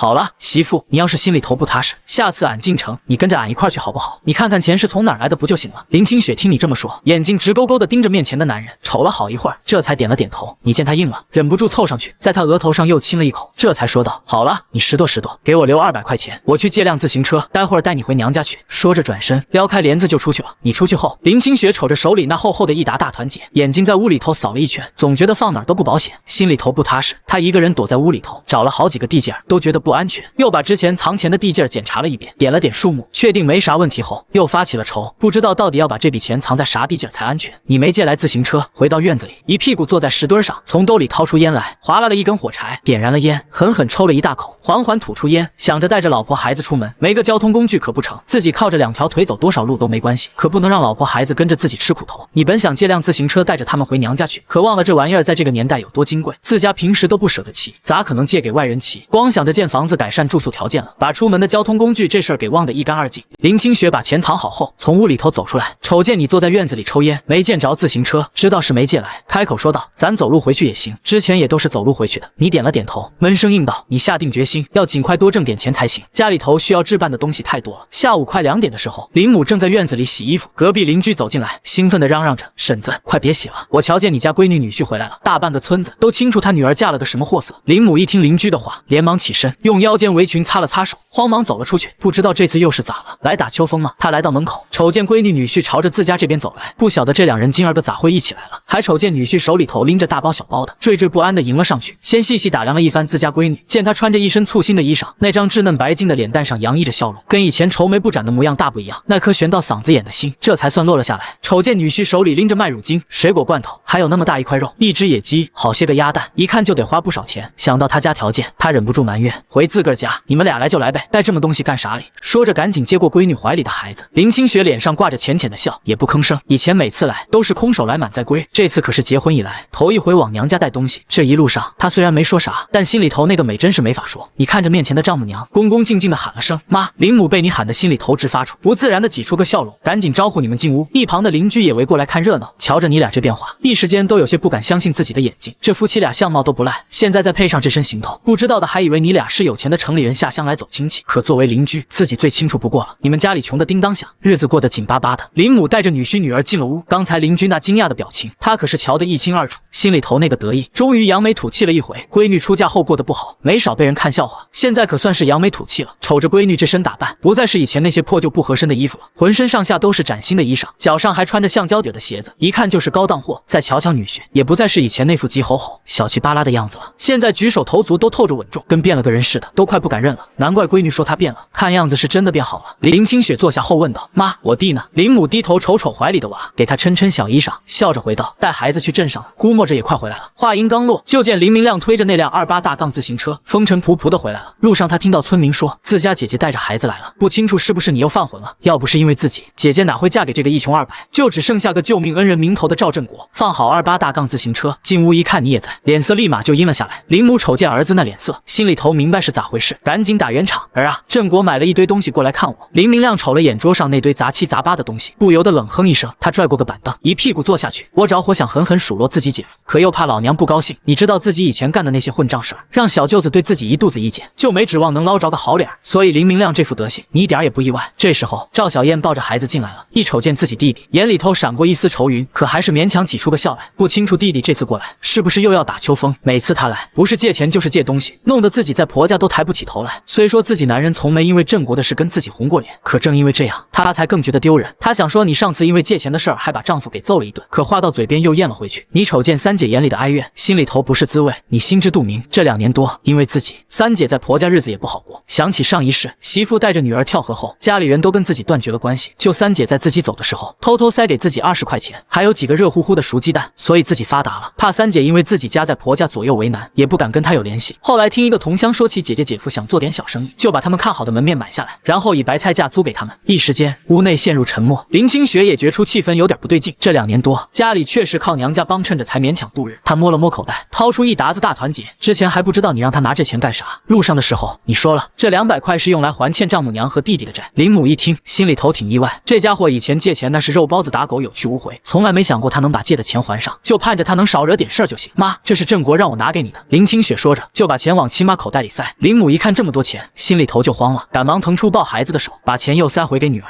快收起来，身上带这么多钱干啥？丢了咋整？语气里带着点责备。你没想到丈母娘反应这么大，赶紧开口说：妈，这钱您一定得拿着，以前是我不懂事，往后我跟青青好好过日子，这钱您要是不收，我心里头不踏实。林母瞳孔微震了一下，不明白这短短的日子里到底发生了什么，能让人改邪归正。目光看向自己女儿，见她含笑示意自己收下钱，这才心里头七上八下的把钱揣了起来。这钱妈先给你们存着，啥时候需要随时来找妈拿。林母说道。林明亮瞅着你也是一头雾水，心里头直犯嘀咕。再瞧瞧自己姐姐穿戴的光鲜亮丽，眼睛里头也闪着光，不再是死气沉沉的样子。既然姐姐都这么说了，那就再信你一回吧。于是他转头吩咐媳妇燕儿去弄点下酒菜来。林清雪一听要喝酒，顿时有些着急了。幺弟，待会儿我们还要回去，家里放了那么多钱，没人看着他心里头不踏实。再说了，他生怕你喝多了又发起酒疯来。林明亮摆摆手，没事，姐，我俩少喝点，不耽误你们回家。林清雪见跟弟弟说不通，就瞅着你，希望你别喝酒。你接受到媳妇的信后，咧嘴一笑，露出满嘴大白牙。没事，媳妇，你放100个心，我喝酒有数。林清雪听了，心里头有点不痛快，剜了你一眼后，接过弟媳怀里的侄子，赌气似的坐在一旁，一句话也不再说。赵小燕忙活起来，然后在院子给他们支起桌子，把自己男人私藏的白酒拎了出来。两男人谁都没有说一句废话，倒上酒，拿着碗碰了一下，咕嘟咕嘟闷声干了。坐在堂屋的林清雪抱着小侄子，心不在焉，不放心的时不时看向外面，瞧着弟弟跟你那种喝法，他有些坐不住。林母把自己女儿的一举一动都看在眼里，见他对你这么上心，看来这些天小两口处的是不错。见他这样，自己也就真正放心了。院子里的2个大男人一碗酒下肚，话匣子才慢慢打开。林明亮呼出一口浓烈的酒气，脸颊泛着不正常的红，眼神也有点迷离。他抬起胳膊搭在你肩膀上说道：姐夫，今儿我看在我姐的份上，才愿意坐在这里跟你喝这个酒，之前的不愉快我就不提了，我只希望从今往后你要好好待我姐姐，要不然我豁出这条命也饶不了你。林家姐弟感情深，上辈子林清雪跳河后，林明亮把你打了个半死，要不是林母拦着，怕儿子蹲大牢，小舅子能把你给活活打死为他姐报仇。你点了点头没吭声，拿起碗仰头把里面的2两烧刀子一口气闷了，那酒辛辣无比，顺着喉咙流下去，烧得人胃里火辣辣的。林清雪坐不住了，抱着孩子走了出来，冲着你喊：嘿，你还要不要回家？你一听媳妇的话，赶紧放下酒碗，英俊的脸上扬起笑容，不喝了，这点酒对你来说不算啥，不知道是太开心了还是酒劲上来了，你有点晕乎乎的。林清雪去拉你，露出了小胳膊上那抹不易察觉的紫黑痕迹。林明亮的注意力被吸引，眼神瞬间变得凌厉，心中涌起一股难以名状的愤怒。他猛地站起身，摔了酒碗，一把揪住你的衣领，愤怒的质问：你对我姐做了什么？她手上的伤是怎么回事？还说你改好了，我看是狗改不了吃屎，你改个屁！你被这突如其来的质问弄得措手不及。林明亮这是喝醉了，发什么酒疯？目光看向林清雪的手腕，这才恍然大悟。你急忙解释，你误会了。说到这里说不下去了，那确实是你弄的，但不像是林明亮想象的这样。你这支支吾吾的样子，更是让林明亮坚持了自己的推测。他哪里肯听？他只相信自己看到的。姐姐林清雪向来柔弱，如今手腕上竟有这样的伤痕，他怎能不心疼？他一拳挥向你，嘴里怒骂：你个混蛋，竟然敢欺负我姐！你被打得踉跄几步，险些摔倒。你捂着疼痛的脸颊，却并没有还手，只是不断的重复：弟儿，你真的误会了，我没有欺负你姐。林清雪见状，急忙上前拉住弟弟，焦急的解释：弟弟，你真的误会了，这伤是我自己不小心弄的，跟他没关系，你别打他了。姐，你有委屈就说，大不了离婚回来，咱家不缺你这口饭吃，嫁不出去当老姑娘也无所谓。林清雪很感动，但这次真的是她误会了，她只能红着脸在赵小燕耳边低语了几句。赵小燕听完，诧异的看着她，然后在她坚定的目光下，踮着脚在林明亮耳边说着什么。林明亮听完后看向姐姐，见她朝自己点点头，赵小燕转述的话不像是在说谎，这才慢慢松开了你的衣领。但她心中的怒气并未完全消散，只是强忍着没有再发作。对于林明亮的误会，你倒是觉得很正常，你上辈子就是个混球，也没少打林清雪，所以你压根就没有还手。林清雪看着你流血的嘴角，心里也是一阵心疼。她知道弟弟是出于保护她的心态才这样做的，但她也知道你这次是无辜的。她瞪了眼你，要不是你太能折腾了，弟弟又怎么会误会？跟赵小燕嘀咕了半天，林明亮还是不太敢信，做那事还能把胳膊伤成那样，但看看姐姐羞涩的模样，好像还是真的。林明亮不想道歉，只是恶狠狠地说：你要是敢打我姐，你给我等着！不会的，我会好好对清雪的，你再三保证。经过这场风波，林明亮对你的态度也有所改观。他姐夫之前多混的一个人，连狗见了都夹着尾巴，被他打了居然也不还手，只是低眉顺眼，委屈巴巴地看着他姐。回去的路上，你大脑感觉颇为亢奋，弓着高大的身体，下巴垫在媳妇的肩膀上，嘴里时不时重复喊着媳妇。所幸路上没什么行人，林清雪才不至于觉得骚得慌。不知道这人怎么又开始耍酒疯了。以前喝醉后他力气大得很，但凡稍微有点不顺他心就要折腾自己，可现在贴在自己身后跟着的人显得十分粘人，时不时拉着他的手，附在他耳边说话，喷洒出来的酒气气，弄得脖梗痒痒的。临近村子时，他停下脚步，对着身后的人说：“你给我站好，好好走路。”说着，把怀里的女儿调整了一下姿势，一路上抱着走回来，胳膊确实累得有些酸痛。这人一直想抱，可他喝了酒，哪里敢给他抱？虽然走路十分稳，但黑乎乎的不敢冒那个险。被媳妇训斥的你，直起腰身，乖乖跟在媳妇身后。翌日，你带着东西准备上山。你今天上山的主要目的是验证一下他的猜测。前几天，你薅了把野芹菜想带回家调味用，却发现扔不进空间。你当时以为空间坏掉了，可扔其他东西都是正常的。你没敢吃，把那把野芹菜带到了村卫生室。村医告诉他，那不是野芹菜，而是毒芹。毒芹与野芹菜在外观上非常相似，但毒芹全株有毒，误食毒芹后可能出现口腔灼热、肿胀、剧烈腹泻、呼吸困难等症状，严重者可能在10余小时内死亡。你给村医塞了2包烟和1只兔子，报答他的救命之恩。临走的时候，村医还偷偷摸摸给你塞了本神农百草经，跟你说山上的东西千万不能乱吃，还给你塞了包自制的驱虫药粉。你怀疑自己的空间有变毒的能力，走在郁郁葱葱的小路上，你不时地弯下腰，拨开草丛探寻着，不久就发现了许多野生蘑菇，其中不乏一些看起来十分诱人的香菇。你一边摘一边往空间里扔，跟你推测的差不多，那些色彩斑斓、一看就有毒的蘑菇无法被收进空间，这算是空间的附属功能。见毒除了植物外，他还想试试动物。你灵巧的在山林间穿梭，每一步都显得谨慎而敏捷。每当周围传来树叶轻轻摩擦的沙沙声，你会迅速反应，熟练的拿起弹弓，装上弹珠，弹珠以惊人的速度和精准度穿越密集的植被，击中那些试图隐藏在阴影中的毒蛇。被击中的毒蛇瞬间痛苦的扭曲身体，随后便一动不动了。你试了下剁下舌头的蛇和没有剁下舌头的蛇，发现毒蛇被剁下舌头后方能放进空间。你捡起一条7寸子，指尖不断按压，直到摸到毒蛇腹部的一个硬物。接着你从布包里掏出一把小刀，划开毒蛇的腹部，找到蛇胆，用胆管扎紧胆囊口后切下，再撕掉外面的脂膜，小心翼翼地收了起来。蛇胆和蛇肉均可以单独储存在空间内。处理完这些，你看着剩下的蛇身，一边用手帕擦手，一边思考，不知道媳妇吃不吃蛇肉。蛇的肉质很鲜美，先带回去问问吧。她要是不吃，自己再带到集市上售卖。幸亏自己有空间，要不然这蛇胆不太好保存。从空间里取出一瓶2锅头，开封，把10几枚蛇胆扔了进去。新鲜蛇胆除了晾干，泡酒就是最好的保存方法。突然，附近的树林中传来了2声清晰的野鸡叫声，在静谧山林里显得格外响亮。你只是稍微一听，便迅速从腰间取出了弹弓和弹珠。嗖的一声，弹珠在夜色中划出一道流畅的轨迹，如同夜空中划过的流星，迅猛而精准地射了出去。一只正欢快地在林间跳跃的野鸡，还没来得及反应，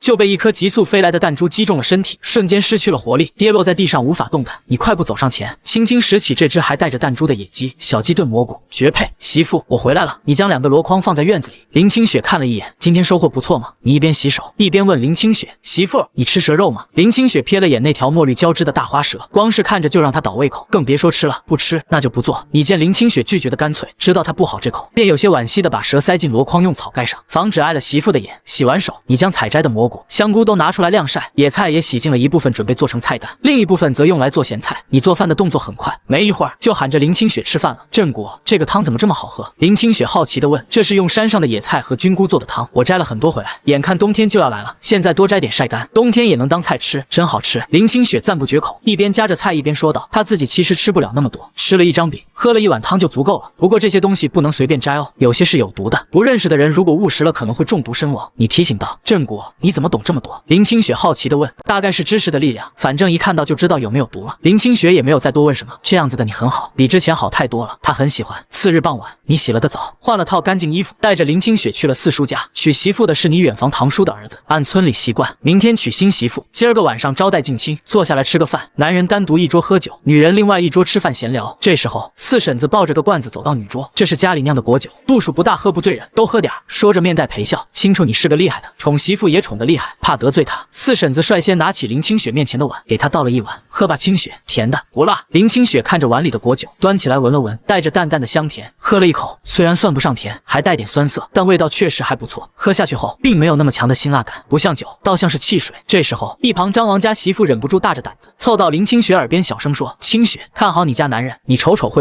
好好的女婿不做，偏偏跑到男人那桌，还坐到你家郑国身边，搔首弄姿的。”林清雪顺着他的视线，余光瞟了一眼不远处的南喜，只见张慧正羞答答的给一众男人挨着倒酒，看起来跟个谄媚的哈巴狗似的。他收回视线，冲着身边的王家媳妇笑了笑，并未说什么。王家媳妇见他不为所动，感觉他今天跟往常似乎不一样，天知道四婶子看到你带他一起来吃席，魂儿都吓掉了，生怕今儿的客人谁哪句话说错了，惹得你大闹。王家2个儿媳妇最近都不敢出门，脸肿得跟猪头一样。听说是说了林清雪的闲话，被赵正国打的。这么近距离瞧着林清雪，眉眼如画，皮肤白嫩到能掐出水似的，身段更是好到没话说，依稀间还能闻到淡淡的香味。别说说男人了，自己身为一个女人都看得移不开目光，真是纳闷。同样是女人，她怎么就生得这么好？林清雪察觉到身边王家媳妇的视线，端起面前的果酒，冲身边人说：“王家嫂子，咱俩喝一个。”王家媳妇听到她叫自己嫂子，憨厚黝黑的脸上乐开了花，端起果酒跟她喝了起来。妹子，以后你有啥事跟嫂子说，我虽然只比你早嫁过来1年，但庄子上的事我熟着呢。一桌的女人瞧着城里媳妇林清雪这么好说话，不由都松了口气，也没再像先前那么拘谨，偶尔都能跟她聊2句。南席这边，坐在你身边的张慧慧，桌下的腿时不时有意蹭一下你，察觉到你躲避后，更是连个余光都不给自己，就不信你对自己一点感情都没。张慧慧故意喝了点酒，庄云忍不住往你身上靠，虽然每次都被你不着痕迹的躲开，可你越是这样，他就越不甘心。等散席的时候，王家媳妇眼见张慧慧缠着你，开口嚷嚷：“振国，你快来！你家媳妇好像喝醉了。”听到他的话，你起身大步走了过来，伸手把人从王家媳妇那边接过来，单手搂上那纤细的腰肢，目光瞥了一眼桌上的酒壶，问了句：“给他喝酒了？”王家媳妇乐呵呵说：“四婶子酿的果酒，就给他喝了点。”谁知道这都能喝醉。这时候的林清雪，身体软绵绵的靠在你怀里，细长漂亮的凤眸带着醉意的扑朔迷离，乌发红唇的脸上带着红晕，湿润嫣红的朱唇轻启，冲你嚷嚷：“抱抱！”说着，藕白纤细的手臂环抱上那精悍没有一丝赘肉的腰。他这一举动，弄得一旁思想保守的女人个个有些不好意思起来。你也没想到，媳妇喝醉了居然怪可爱的，顾不得其他，拦腰抱起喝醉的人，迈着稳重的步伐出了四叔家。你本来还想去大嫂家接孩子，一看媳妇都醉成这样，只能作罢。这一路下来，怀里的林清雪分外不老实，白皙的小爪子在你身上各种胡乱摸索，领口的白色衬衣扣子都给你扯掉了一颗。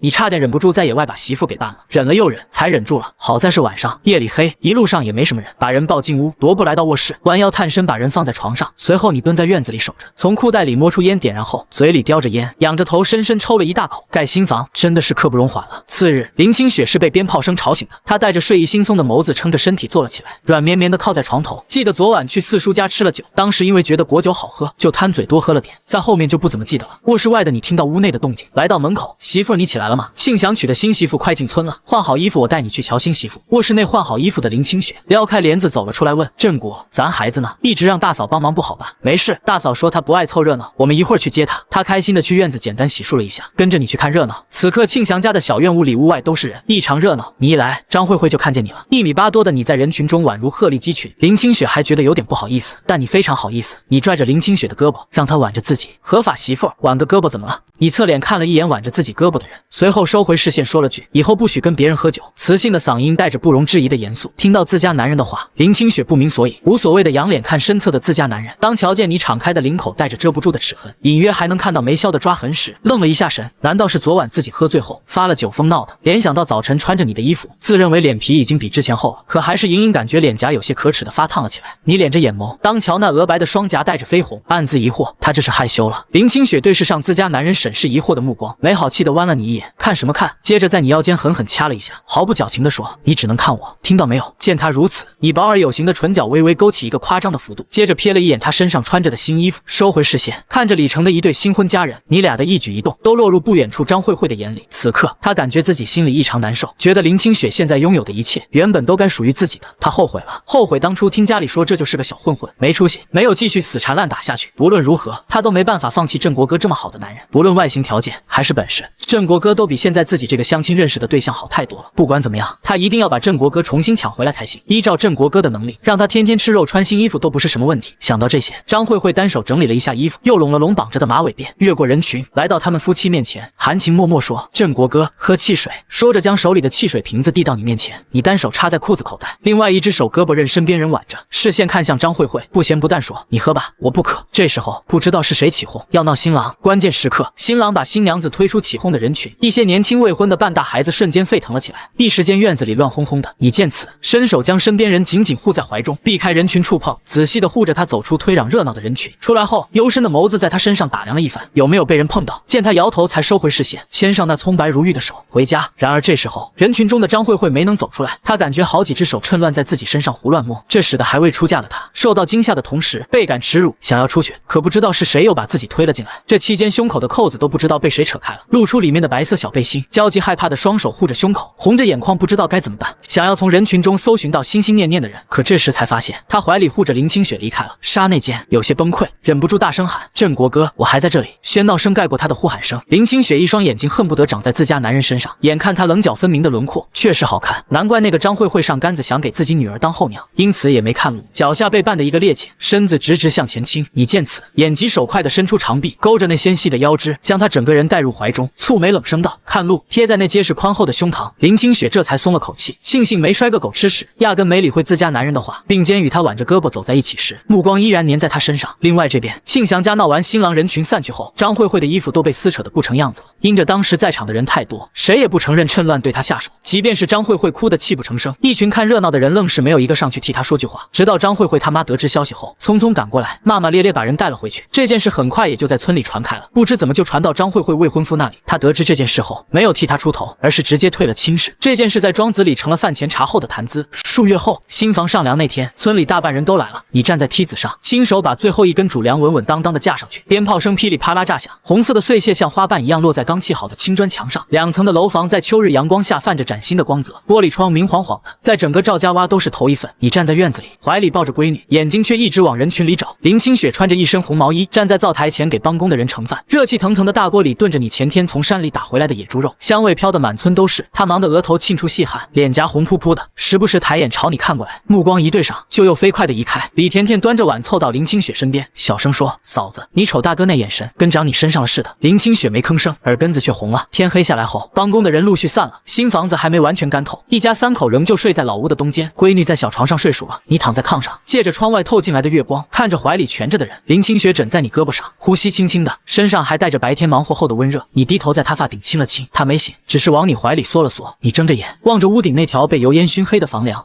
想起上辈子这个时候自己大概正醉醺醺的躺在哪个赌桌上，输光了身上最后一个子儿，压根不知道家里的女人和孩子正饿着肚子。而此刻怀里的人实实在在的温热的，呼吸均匀。你忽然觉得自己这辈子的运气比上辈子赚的那些钱加起来都值。第二天一早，天还没亮透，你就起来了。灶房里，你把昨天剩下的野猪肉切成薄片，又打了2个鸡蛋，蒸了1碗蛋羹。林清雪抱着孩子出来的时候，桌上已经摆好了早饭。吃了饭，我去趟县城，你往他碗里加了块肉，砖厂那边还有点尾款要结，顺便看看能不能弄到点好木料，打几件像样的家具。林清雪点点头，低头吃饭，没说话。你瞅着他那副模样，知道他是舍不得你出门，又不好意思开口，于是你伸手捏了捏他的脸。天黑前准回来。林清雪抬眼瞪你，却没躲开。你走后，林清雪抱着孩子在院子里转悠。新房子的窗户还没安玻璃，用塑料布临时挡着风。她站在跟前，隔着那层薄薄的塑料布往里看，空荡荡的屋里已经不再是以前那种黑漆漆脏兮兮的样子了。雪白的墙壁，平整的水泥地，阳光从窗户透进去，照得一室亮堂。她忽然想起刚嫁过来那年住的就是这间老屋，冬天漏风，夏天漏雨，自己蜷在炕角，听着你醉醺醺踹门的声音，吓得浑身发抖。那时候她以为这辈子就这样了，熬一天是一天，熬不下去了就去死。可现在呢？她低头看了看怀里睡着的闺女，又看了看那2间崭新的青砖房，觉得像做梦一样。傍晚，你骑着新买的28大杠回来，后座绑着一捆木料，车把上还挂着一包红糖。进院子的时候，林清雪正抱着孩子在夕阳下坐着，身上那件红毛衣被余晖染得暖洋洋的。你支好车子，走过去把孩子接过来，另一只手牵着他的手，往新房里走。走进去看看。推开新房的木门，里面已经收拾得差不多了。堂屋摆着一张新打的8仙桌，是你托人从镇上买的现成的。里屋的炕也盘好了，铺着你从县城带回来的新褥子。林清雪站在里屋门口，看着那面贴着白纸的窗户，忽然想起什么，轻轻说了一句：“要是早有这样的日子。”你没让他说下去，从身后抱住他，下巴搁在他肩上，以后都是这样的日子。怀里的闺女醒了，睁开黑亮的眼睛，咿咿呀呀的伸着小手。林清雪低头看他，嘴角慢慢弯起来。窗外天色彻底暗了下来，远处谁家点了灯，昏黄的光透过纸糊的窗户，星星点点的。村里的狗叫了2声，又安静下去。你把媳妇和孩子都揽在怀里，听着2人的呼吸声，心里头忽然踏实的不得了。上辈子你什么都有了，唯独没了他们，这辈子你什么都不要，只要有他们就够了。门外传来脚步声，是李甜甜从隔壁回来了，小心翼翼的敲了敲堂屋的门。大哥，嫂子，我回来了。林清雪从你怀里挣出来，红着脸去开门。你站在原地看着她的背影，忽然喊了一声媳妇。她回头疑惑的看着你，你笑了笑没说话。她弯了你一眼，转身去招呼李甜甜了。你抱着闺女站在新房的窗户前，看着外面黑漆漆的夜色，闺女咿咿呀呀的叫，小爪子抓你的脸。你低头亲了亲她软乎乎的脸蛋，轻声说：妞妞，咱的好日子才刚开始呢。